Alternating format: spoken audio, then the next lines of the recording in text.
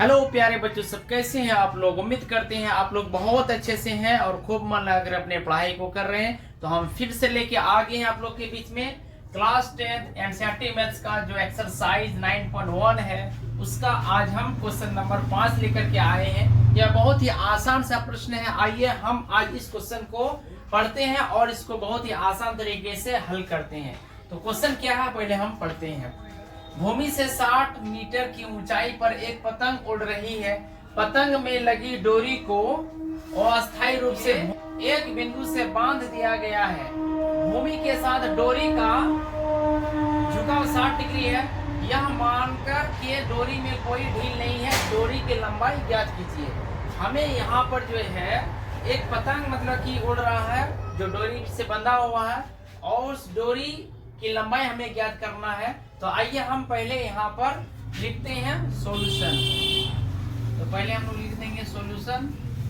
उसके बाद हमें चित्र बनाना है। तो चित्र कैसे बनेगा इसका, तो एक समकोण त्रिभुज बनेगा। जैसे मान लीजिए कि यहाँ पर एक यानी ये जो भूमि का ऊंचाई है, तो भूमि मान लीजिए भूमि है, तो भूमि से यानी जमीन से 60 मीटर की ऊंचाई पर है। तो ये ऊंचाई दिया गया 60 मीटर और यहाँ से जो है मान लेते हैं कि ये जो है भूमि है और ये डोरी का जो लंबाई है, डोरी का लंबाई इस तरह से आप लोग देखे होंगे जब कोई पतंग जब उड़ता है तो उसका जो डोर होता है तो इस तरह से जो है तिरछा रहता है। तो ये हो गया डोरी की लंबाई, ठीक है। और यहाँ पे हम एक पतंग बना देते हैं। मान लीजिए कि पतंग जो है इस तरह से बना हुआ है।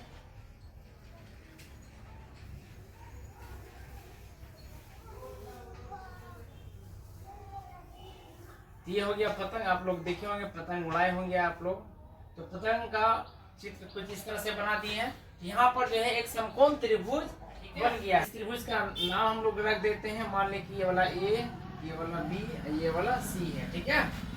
तो ये जो है यहाँ पर उन्नयन कोण जो दिया गया है, डोरी का झुकाव है कितना डिग्री का है, 60 डिग्री का है। यहाँ 60 डिग्री दिया गया तो ये हो जाएगा यहाँ पर 60 डिग्री। तो इस समकोण त्रिभुज बन गया है ए बी सी। तो हमें यहाँ पर डोरी का जो लंबाई है यानी AC का मान निकालना है। तो आइए जो जो दिया गया हम पहले उसको गिवन में लिख लेते हैं। वो लिखेंगे गिवन। अगर हम थीटा का मान देखें, ठीक है, पहले लिखेंगे समकोण त्रिभुज ABC में, समकोण त्रिभुज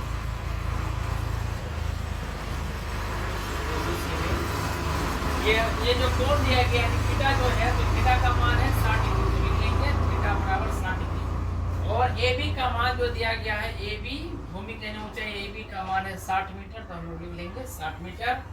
और हमें किसका मान ज्ञात करना है, AC का मान, यानी जो डोरी की लंबाई है AC, इसका मान हमें ज्ञात करना है। तो यहाँ पे हमें सोचना क्या है कि जो दिया गया है ये कोण है, तो कोण का सामने वाला जो भुजा है ये हो गया लंब, यानी ये हो गया आपका लंब, जिसको हम लोग परपेंडिकुलर यानी P से सूचित करते हैं। P हो गया। और हमें ज्ञात करना क्या है, H, यानी ये हो गया कर्ण, इसे H से सूचित किया जाता है, ठीक है। तो लंब बटे कर्ण या कर्ण और लंब। तो लंब है कर्ण इसमें आता है तो साइन में आता है और कोसेक में आता है। तो हम लोग यहाँ पे साइन का फंक्शन लेंगे और उसके बाद जो है हमें H का मान निकल जाएगा, यानी कर्ण का मान जो है निकल जाएगा, ठीक है। तो पहले हम लोग लिख देते हैं यहाँ पर साइन थीटा। साइन थीटा बराबर क्या होता है, फॉर्मूला P/H होता है। तो P का काम कौन कर रहा है, AB। तो हम लोग यहाँ लिख देंगे AB। और H का यहाँ पे काम कौन कर रहा है, कौन सी भुजा है, AC। तो हम लोग लिख देंगे यहाँ AC।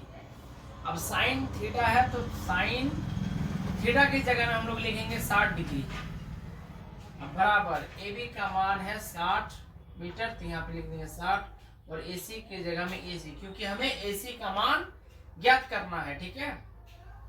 तो साइन 60 डिग्री का मान आप लोग को याद होगा, साइन 60 डिग्री का मान हो जाता है प्यारे बच्चों √3/2। अब बराबर 60 और नीचे में हो जाएगा AC। अब हम लोग यहाँ पे बाय क्रॉस कर देंगे।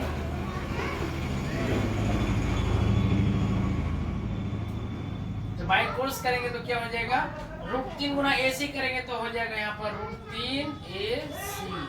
अब बराबर देंगे एक 60 गुना 2 करेंगे तो हो जाएगा 60 दूनी 120।